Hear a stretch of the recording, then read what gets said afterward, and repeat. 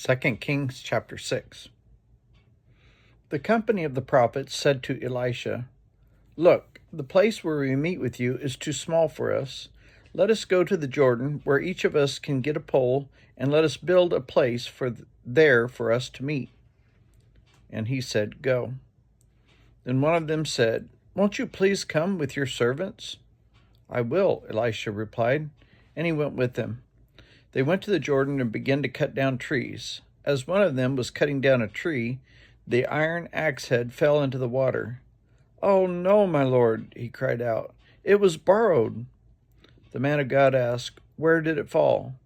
When he showed him the place, Elisha cut a stick and threw it there and made the iron float.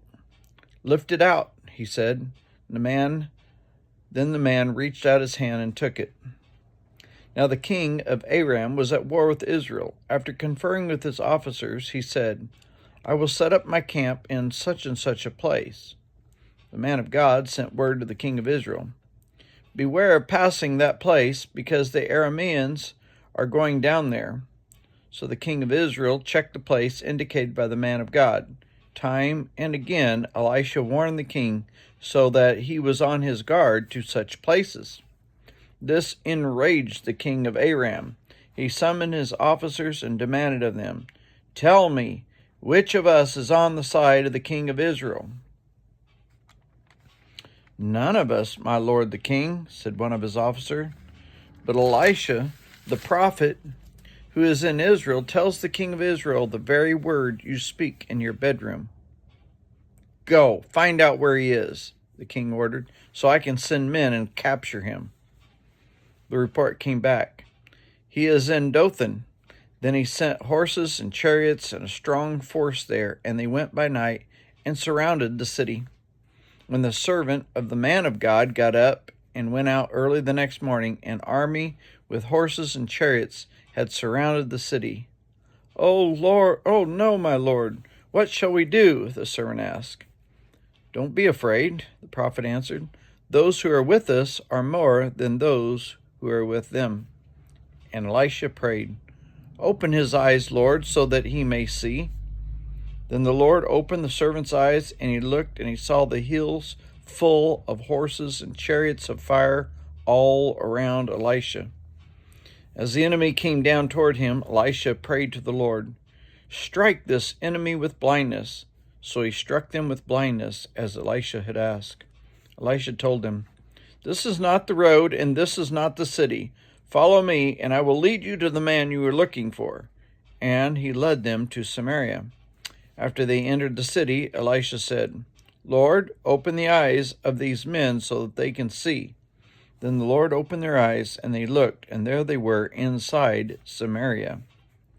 When the king of Israel saw them, he asked Elisha, "Shall I kill them, my father? Shall I kill them?"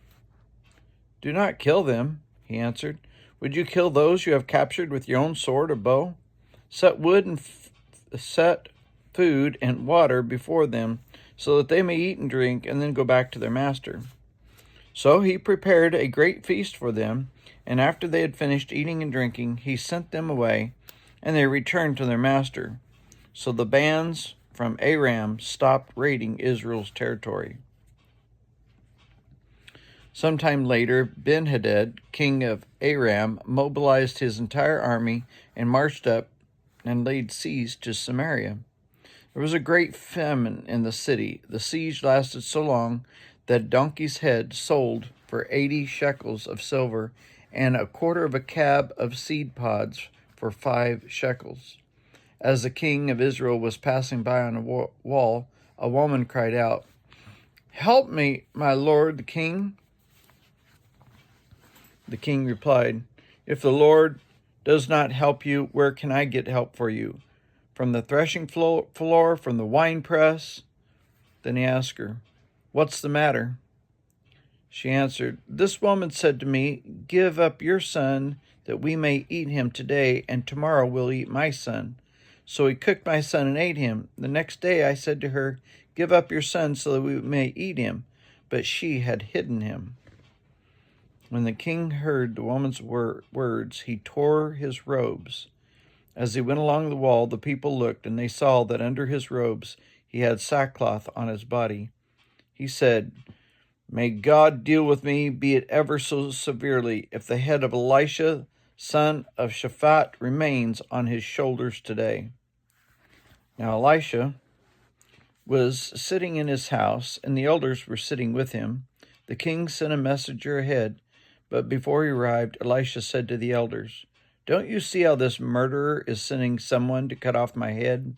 Look, when the messenger comes, shut the door and hold it shut against him. Is not the sound of his master's footsteps behind him?" While he was still talking to him, the messenger came to him. The king said, "This disaster is from the Lord. Why should I wait for the Lord any longer?"